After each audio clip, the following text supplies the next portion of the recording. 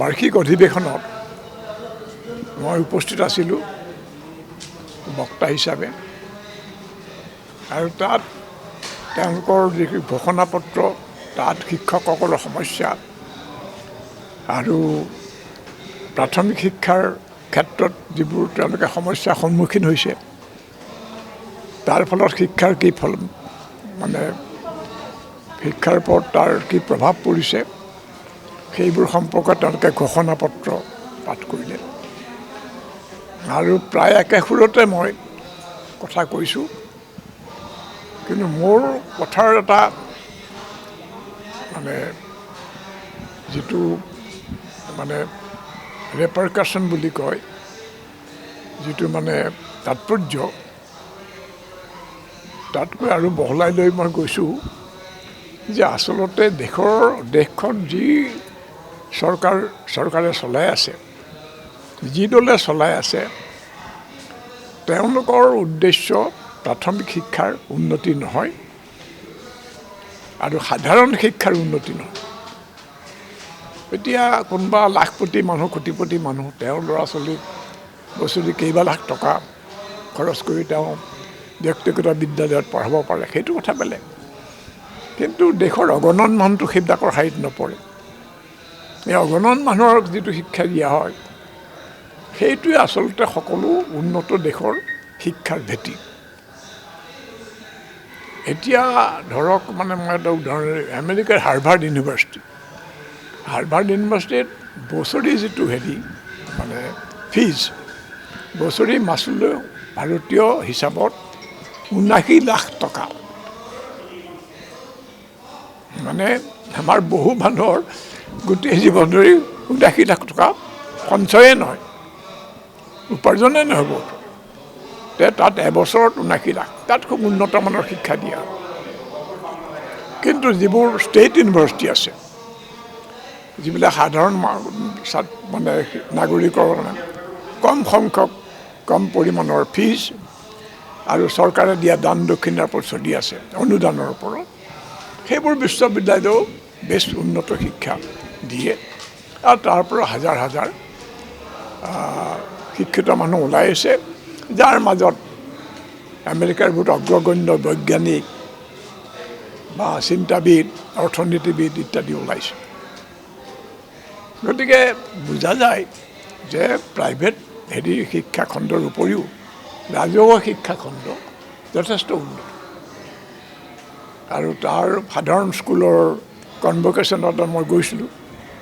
তাত ইউনিভাৰ্চিটিৰ নিচিনাকৈ স্কুলৰ কনভকেশ্যন হয় সৰু সৰু ল'ৰা ছোৱালীবিলাকে তাত কৰে মই তেওঁলোকক দেখিছোঁ তাত এইবোৰ চৰকাৰৰ অনুদানৰ ওপৰত চলি থাকে ভাল ব্যৱস্থা বেছ ভাল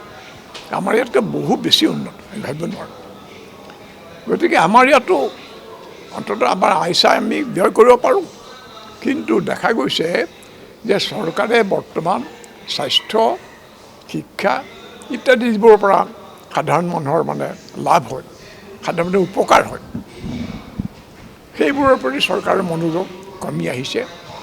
আৰু পালমাৰৰ ধৰণে কামবোৰ কৰি আহিছে প্ৰতি বছৰে স্বাস্থ্যৰ ক্ষেত্ৰত চৰকাৰে বাজেটৰ যিটো অংশ কমাই আনিছে আপোনালোকে অলপতে পঢ়িছে যে মহাত্মা গান্ধীৰ যিটো এনৰেগা মানে ব্যৱস্থা সেইটোৰ ধন কমাই আনিছে অৰ্থাৎ গাঁৱৰ দুখীয়া মানুহৰ কাম পোৱাৰ যিটো ব্যৱস্থা আছে সামান্য হ'লেও উপাৰ্জন সেইটোৰ ব্যৱস্থা মানে লাহে লাহে কমাই আনিছে তেনে নানা ধৰণে ৰাইজৰ কাৰণে কৰিবলগীয়া খৰচটো চৰকাৰে কমাই আনিছে আনহাতে 2019 চনত অসমৰ ভাৰতত বিলিয়নিয়াৰ আছিলে 138 জন বিলিয়নিয়াৰ মানে 1,000 মিলিয়ন 1,000 মিলিয়ন আৰু মিলিয়ন মানে 1,000 10 লাখ কোটি টকাৰ মালিক প্ৰত্যেকেই 10 লাখ কোটি টকাৰ মালিক এনেকুৱা মানুহ ভাৰতত আছে 138 জন 2019 চন 2025 চনত তেওঁলোকৰ সংখ্যা হ'লগৈ 2,284 জন দুগুণতকৈ বেছি বাঢ়িল অৰ্থাৎ দেশৰ যিখিনি উন্নতি হৈছে সৰহভাগ সেইখিনি তেওঁলোকৰ হাতত জমা হৈছে আৰু সাধাৰণ মানুহৰ এনেকুৱা অৱস্থা হৈছে যে মূল্য বৃদ্ধি হৈছে উপাৰ্জনৰ বৃদ্ধি হোৱা নাই, তেওঁলোকে ল'ৰা ছোৱালীক পুষ্টিযুক্ত আহাৰ খাবলৈ দিব পৰা। গতিকে এই চৰকাৰে আচলতে সাধাৰণ মানুহৰ উন্নতিৰ প্ৰতি বৰ তেওঁলোকৰ চিন্তা। সমাধান কৈছোঁ যে এই ধৰণৰ যিটো সমাধান মানে আপোনালোকে ইটো সিটো কৰি সমাজ কৰিব নোৱাৰে। মানে চৰকাৰক ক'ব বা অপজিশ্যন আহিল তেওঁলোকে একেধৰণে যদি চলি থাকে সমাধান নহ'ব নহয়। গতিকে আমি আমাৰ সংবিধানৰ যিখিনি কথা আছে যে ৰাইজৰ উন্নতি ৰাইজৰ কল্যাণৰ কাৰণে ধন খৰচ কৰিব লাগিব, সেইটো চৰকাৰ দায়িত্ব। চৰকাৰ দায়িত্ব মানে চৰকাৰে খৰচ কৰিব লাগিব, সেই দায়িত্ব আমাৰ প্ৰস্তাৱনাত আছে, সংবিধানৰ ভিতৰতো আছে। এইবোৰ কাম লাহে লাহে কমাই আনি সংবিধান বিৰোধী কাম কৰি আছে। আছে সিহঁতে সংশোধন নহয়, পাৰিলে বেলেগ এটা সংবিধান কৰি পেলাই এইখন বদলাব ইয়াৰ বহুত আমি উকমুকনি দেখা পাইছোঁ। আৰু সংবিধানৰ যিবোৰ আইন কানুন আছিলে চবটো বদলাই দিছে। এতিয়া অদ্ভুত ধৰণৰ আইন কিছুমান কৰিছে যে ধৰক মানে আচলতে নিৰ্বাচন আয়োগৰ ওপৰত নিৰ্ভৰ কৰে। এখন দেশৰ চৰকাৰটো আচলতে বৈধভাৱে নিৰ্বাচিত হৈছে, গতিকে খুব নিৰপেক্ষ ধৰণৰ হ'ব লাগে, এইটো অত্যন্ত গুৰুত্বপূৰ্ণ। তাত আইন কৰি এনেকুৱা কৰিলে তাত 3জন মেম্বাৰ চিলেকশ্যন কৰা মানুহ,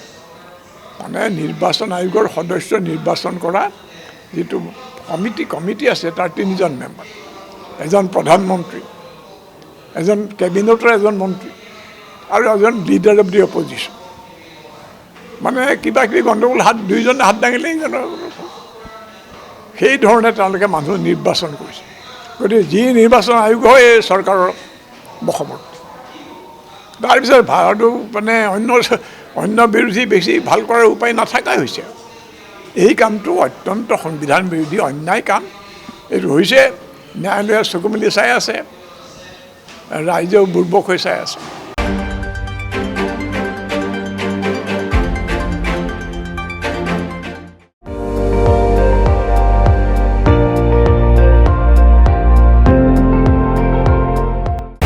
আপুনি চাই আছে ND24, সৰ্বশ্ৰেষ্ঠ নহয় সৰ্বোত্তমৰ দৌৰ।